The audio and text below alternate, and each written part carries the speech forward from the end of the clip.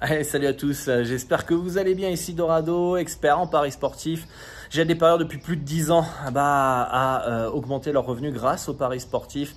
Sur cette chaîne YouTube, si vous n'êtes pas encore abonné, n'hésitez pas à le faire, activez la cloche de notification pour ne louper aucune des prochaines vidéos.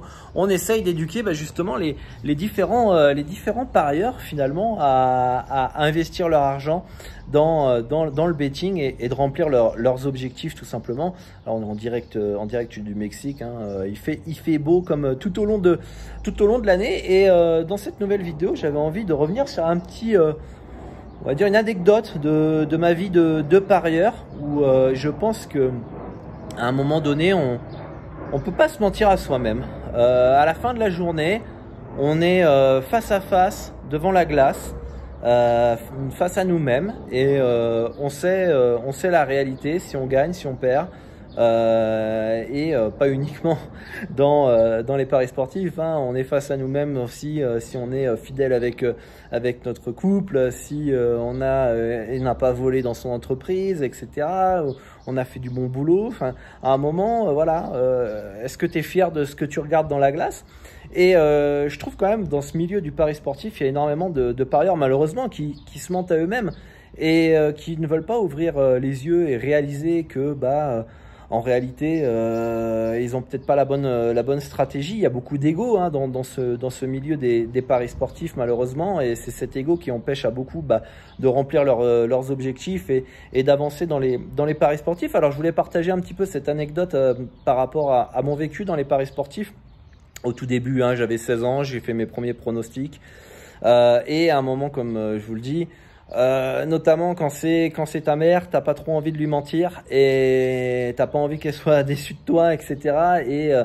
Et du coup, tu te mens pas. Tu peux peut-être, certains y arrivent de se mentir devant la glace, certains arrivent à mentir à leur mère aussi. On salue toutes les mamans, mais c'est quand même plus difficile de mentir à ses parents, puisqu'on n'a pas forcément envie de les décevoir, forcément.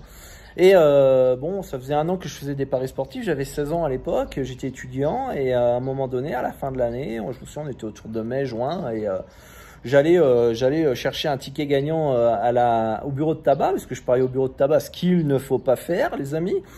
Ça, on l'enseigne à nos membres. Et à un moment, elle m'arrête et me dit, mais au fait, combien tu as gagné dans les paris sportifs cette année? Et moi, j'ai vu qu'au début, quand vous tenez pas de bilan, vous avez la sensation de gagner. C'est vraiment pervers. Moi, j'avais vraiment la sensation de gagner. Peut-être que j'avais raison, je gagnais, mais je n'avais aucune preuve. Je pouvais pas lui prouver finalement que je gagnais X euros cette année grâce aux paris sportifs. Du coup, j'avais 2 possibilités. Soit je lui mentais, et je dis non, mais j'ai gagné à peu près 1000 euros, j'ai gagné 1000 euros cette année dans les paris sportifs, etc., etc. Et puis, alors qu'en fait, j'en ai aucune idée. Et puis le soir, je me regarde dans la glace, je suis pas fier de moi parce que j'ai menti à ma mère. En fait, je sais pas du tout. Et voilà, si vous êtes une bonne personne, vous allez comprendre ce que je ressens. Donc, vous avez la deuxième possibilité à lui dire non, dire la vérité, je sais pas combien je gagne d'argent, etc. dans les paris sportifs. Et voilà. Et elle, moi j'ai choisi la deuxième solution, je lui dis je sais pas, et elle me dit tu devrais tenir un bilan quand même, c'est important de savoir l'argent qui rentre, qui ressort, comme moi je le fais, je tiens les comptes de la maison, combien de revenus on a, combien on dépense dans les courses, etc., etc. Et comme ça me permet de savoir où on en est d'un point de vue économique, quoi. Donc tu devrais faire la même chose. Donc elle m'enseigne comment tenir ses comptes, etc., comment tenir un budget finalement. Et donc je suis mes comptes dans les paris sportifs. Au bout d'1 mois, à peu près, 1 mois et demi, j'avais perdu 175 euros à peu près dans ces zones-là. J'étais étudiant, c'était une somme énorme pour moi. Et à ce moment-là, j'ai réalisé que en fait, peut-être que je ne gagnais pas d'argent dans les paris sportifs et que ma manière de faire des combinés, parier peut-être au tabac, ma manière de faire dans les paris sportifs n'était pas bonne. Et dans ces cas-là, à ce moment-là, j'ai essayé de chercher un mentor, essayer de chercher des informations. J'ai essayé d'améliorer ma stratégie pour justement gagner de l'argent, parce que j'étais passionné dans les paris sportifs. J'avais envie de gagner dans le betting, et j'avais cette petite voix en moi qui me disait mais tu peux le faire, tu es compétent, tu connais le sport, tu peux y arriver. Et donc, je dis, mais tu as peut-être besoin d'apprendre, ta stratégie n'est pas la bonne, etc. À l'époque, il n'y avait rien hein, sur Internet. Hein. Aujourd'hui, vous pouvez trouver tout et n'importe quoi hein, dans le paris sportif. Mais à l'époque, il n'y avait que dalle. En France, il n'y avait rien. Nada. J'ai dû chercher en anglais où je tombais des trucs sur la bourse avec le money management, ce qui m'a aidé pour mettre en place ma stratégie de gestion de mise. Il y avait quelques forums en Espagne qui pouvaient être intéressants. Moi, je parle espagnol couramment, donc j'ai appris quelques trucs aussi. J'ai rencontré même un parieur via un forum en Espagne à ce moment-là qui m'a guidé pour accéder aux meilleures cotes. Et à l'époque, bon ça c'était plusieurs années plus tard, mais voilà. Mais voilà, je suis sorti de ma zone de confort. J'ai appris des autres, j'ai rencontré d'autres parieurs qui m'ont conseillé, voilà, j'ai rejoint une communauté et petit à petit, voilà, de mes 17 à mes 21 ans à peu près, j'ai créé voilà ma stratégie, j'ai appris. J'aurais aimé avoir le contenu que je propose sur YouTube ou d'autres. Je pense que j'aurais été beaucoup plus vite. Là, j'ai vraiment dû faire mon expérience étape par étape et j'aurais gagné du temps, je pense.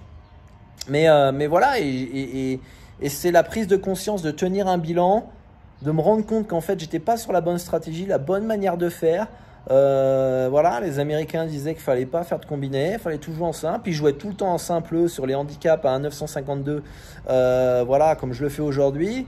Et petit à petit, j'ai progressé, etc. Et ensuite, avec le temps, je me suis dit, merde, mais putain, mais si tout le monde est dans l'illusion, comme moi à l'époque où je pensais gagner en faisant mes combos, etc., il y a peut-être moyen, maintenant que je suis rentable et que j'ai appris énormément de choses, de partager mon expérience pour aider d'autres parieurs en France, vu qu'il n'y avait rien, et gagner de l'argent dans les paris sportifs. Et c'est comme ça que Dorado a été créé.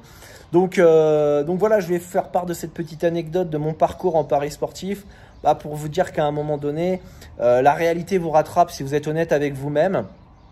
Et que à un moment vous pouvez pas vous mentir à vous-même. Ça fait plusieurs années que vous êtes dans les paris sportifs et que en fait vous savez pas combien vous gagnez, combien vous perdez. Déjà tenez un bilan, voyez si vous gagnez de l'argent sur le long terme hein, après 1 mois, 2 mois, 3 mois, etc. Puis voir si votre stratégie est bonne et est-ce que vous avez peut-être besoin d'un mentor, peut-être besoin d'accompagnement, de rejoindre une communauté, comme moi j'ai rejoint des forums en espagnol. Nous, vous avez le Discord, hein, le lien est dans la description. Alors attention, c'est pour vraiment les parieurs motivés, hein, ceux qui souhaitent progresser. Mais si vous êtes déjà arrivé à cet endroit de la vidéo qui dure déjà depuis 7 minutes, normalement, vous êtes un petit peu motivé, vous voulez passer au niveau supérieur, remplir vos objectifs dans les paris sportifs. Donc, vous pouvez rejoindre le Discord, il y a quelques conditions à l'entrée.